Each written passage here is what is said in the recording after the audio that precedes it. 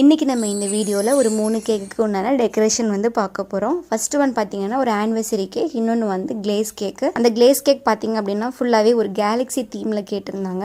அடுத்து multi colour டால் cake. So first cake பார்த்தீங்கன்னா anniversary cake. இந்த கேக் வந்து ரொம்பவே simple, just anniversary topper use பண்ண சொல்லியிருந்தாங்க. அடுத்து இன்னும் நல்ல கோல்டன் கலரில் அழகாக இருக்கிறதுக்காக க்ரௌன் யூஸ் பண்ண சொல்லியிருந்தாங்க. இதில் பார்த்தீங்க அப்படின்னா க்ரம் கோட் மெயின் கோட் முடிச்சிட்ட பிறகு அந்த கோல்டன் கலர் க்ரௌனை உள்ளே ஃபிக்ஸ் பண்ணிடணும். அடுத்து வந்து அதை சுற்றி அதுக்கு மேட்ச் ஆகிற மாதிரி கோல்டன் கலர் ஸ்ப்ரிங்கிள்ஸ் வந்து நான் ஆட் பண்ணிட்டு இருக்கேன்.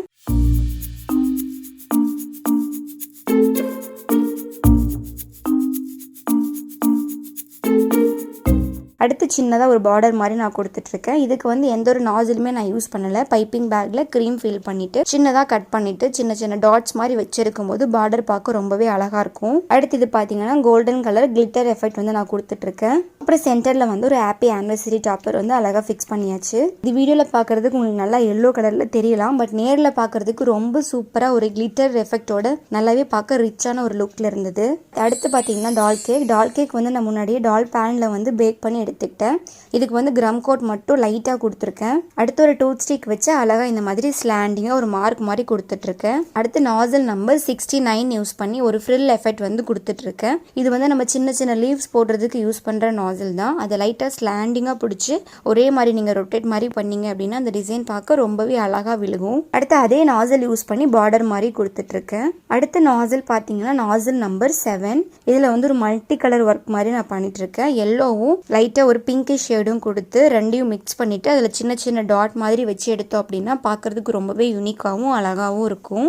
இந்த கேக் பார்த்தீங்கன்னா ஒரு சாம்பிள் கேக் தான். ஒரு டால் கேக் வந்து பர்த்டேக்காக ஆர்டர் வந்திருந்தது. அதுக்கு முன்னாடி ஒரு சின்ன சாம்பிள் மாதிரி கேட்டிருந்தாங்க. இது வந்து நான் 1 kg பண்ணலை, நான் 1/2 kg கேக் மாதிரி பண்ணியிருந்தேன். பைப்பிங் பேக்கில் வந்து இந்த மாதிரி மல்டி கலர் ஒர்க் பண்ணுறது ரொம்பவே ஈஸி தான். எல்லோவும் பிங்க்கும் இது ரெண்டும் காம்பினேஷனில் மிக்ஸ் பண்ணிட்டு ஒரு சின்ன டாட் மாதிரி வச்சு எடுத்துட்டு இருக்கேன். அது ஃபைனலில் பார்க்கறதுக்கு ரொம்ப நீட்டாகவும் அழகாகவும் இருக்கும்.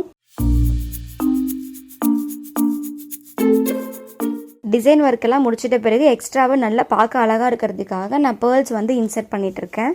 அது பாருங்கள் ரேண்டமாக நான் வச்சுருக்கேன். அடுத்து அதுக்கு மேலேயே நம்ம ஒயிட் கலரில் வந்து கொடுத்துருந்தோம் இல்லைங்களா, அதுலேயே வந்து கொஞ்சம் பிங்கிஷ் ஷேடு வர்றதுக்காக நான் ஸ்ப்ரே யூஸ் பண்ணி லைட்டாக பிங்கிஷ் ஷேடு வந்து கொடுத்துருக்கேன். ஸோ ஃபைனலாக அந்த டால் பார்க்குறதுக்கு ரொம்பவே அழகாகவும் வந்திருந்தது.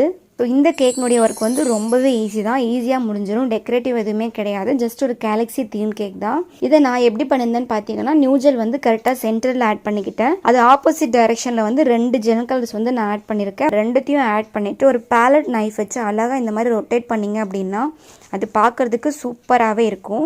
இது மாதிரி நீங்களுமே மல்டி கலர் ஒர்க்ஸ் எல்லாமே ரொம்ப ஈஸியாக பண்ணலாம்.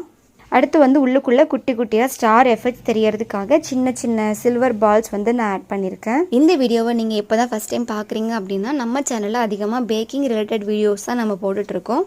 ஸோ உங்களுக்கு பயனுள்ளதாக இருந்தது அப்படின்னா நம்ம சேனலை சப்ஸ்கிரைப் பண்ணி வச்சுக்கோங்க. அண்ட் எனக்கும் நம்ம சேனலுக்கும் எப்பயுமே சப்போர்ட் பண்ணிகிட்ருக்க உங்கள் எல்லாருக்குமே தேங்க்யூ ஸோ மச்.